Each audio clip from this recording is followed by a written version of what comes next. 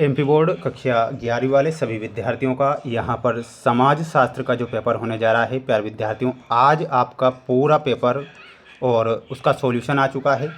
आप सभी बच्चों से मेरा यही कहना है कि इस क्वेश्चन पेपर को 1:30 बजे से पहले पहले इन सभी प्रश्नों को याद करके ही जाना है, क्योंकि पूरा पेपर और उसका सॉल्यूशन मेरे द्वारा बताया जा रहा है, जो कि 101% माय डियर फ्रेंड्स, आज आपको ये पूरा का पूरा पेपर दिया जाएगा और एक भी प्रश्न यहाँ से आपके बाहर नहीं जाएंगे। इसलिए आप पूरा पेपर ध्यान से देखें।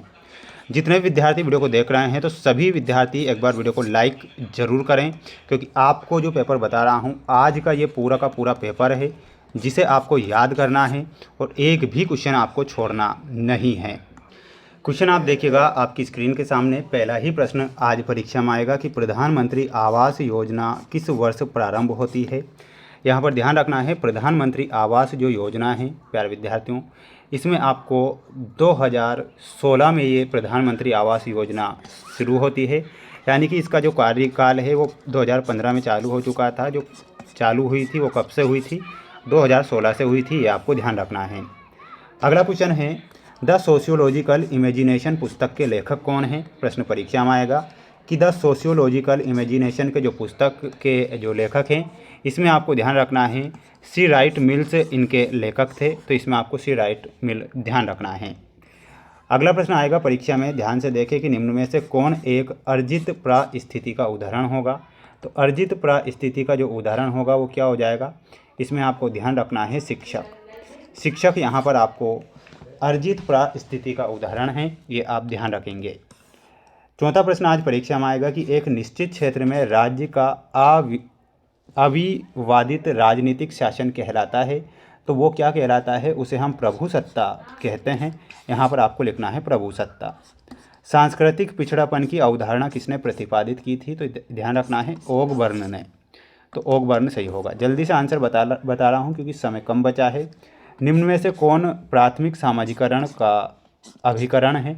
तो वो हो जाएगा परिवार, तो इसमें आपको परिवार लिख कर आना है। अगला प्रश्न आएगा परीक्षा में, आप ध्यान से देखें कि साक्षात्कार या सर्वेक्षण में पूछे जाने वाले प्रश्नों की लिखित सूची क्या कहलाती है? तो उसे प्रश्नावली बोला जाता है, तो यहाँ पर आपको लिखना है प्रश्नावली। प्रश्नावली करेक्ट आंसर आपका हो जाएगा।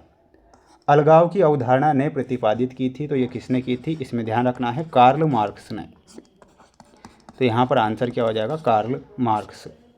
Social change in modern India पुस्तक के लेखक कौन हैं?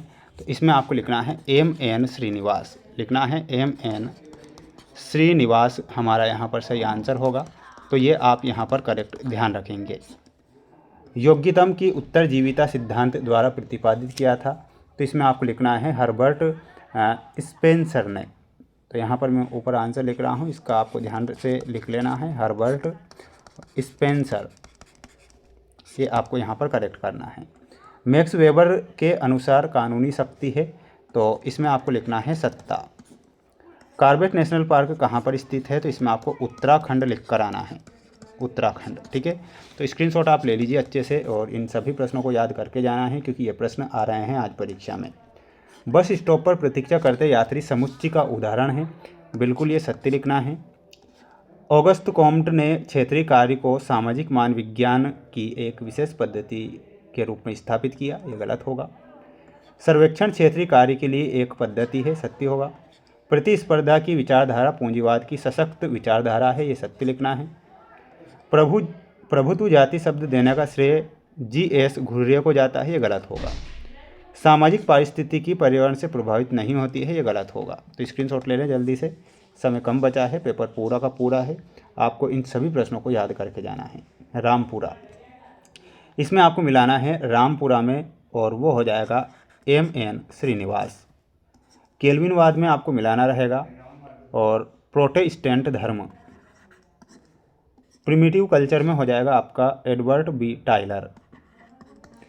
द गोल्डन बोप में आपका सही आंसर हो जाएगा जेम्स फ्रेजर। परंपरागत समाज में आपको मिलाना रहेगा ग्रामीण समुदाय। खुला स्तरीकरण में हो जाएगा आपका वर्ग व्यवस्था। अधिकारियों के प्रकार्य में आपको मिलाना है नौकरशाही। तो ये आपकी जोड़ी है, आप सभी बच्चे इस जोड़ी को याद करके जाएंगे।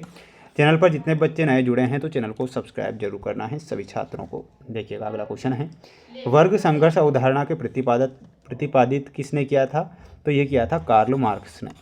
तो यहाँ पर आपको लिखना है कार्ल मार्क्स। अगला है सावयवी एकता किस समाज की विशेषता है? तो इसमें आपको लिखना है आधुनिक औद्योगिक समाज। ठीक है, तो यहाँ पर आपको क्या लिखना है? आधुनिक औद्योगिक समाज, औद्योगिक समाज आपको यहाँ पर लिखना है। The division of labour in society पुस्तक के लेखक कौन हैं? तो इसमें आपको ध्यान रखना है, और इसके लेखक थे एमिल दुर्खिम। ठीक है, एमिल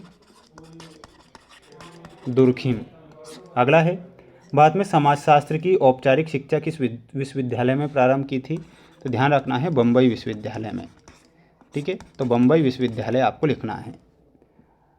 अनंत कृष्ण अय्यर मुख्य रूप से किस विषय से संबंधित थे? तो इसमें आपको लिखना है नरवंश विज्ञान। क्या लिखना है? नरवंश विज्ञान। भारतीय परंपराओं में परिवर्तन का मार्क्सवादी सिद्धांत किस विद्वान ने प्रस्तुत किया था? तो ध्यान रखना है डीपी मुखर्जी ने। लिखना है डीपी मुखर्जी। जीएस घुर्ये ने मुख्य रूप से जाति व्यवस्था को कितनी विशेषता बताई है? तो इसमें आपको 6 विशेषता ध्यान रखना है। तो ये सारे क्वेश्चन आपको याद करके जाने हैं।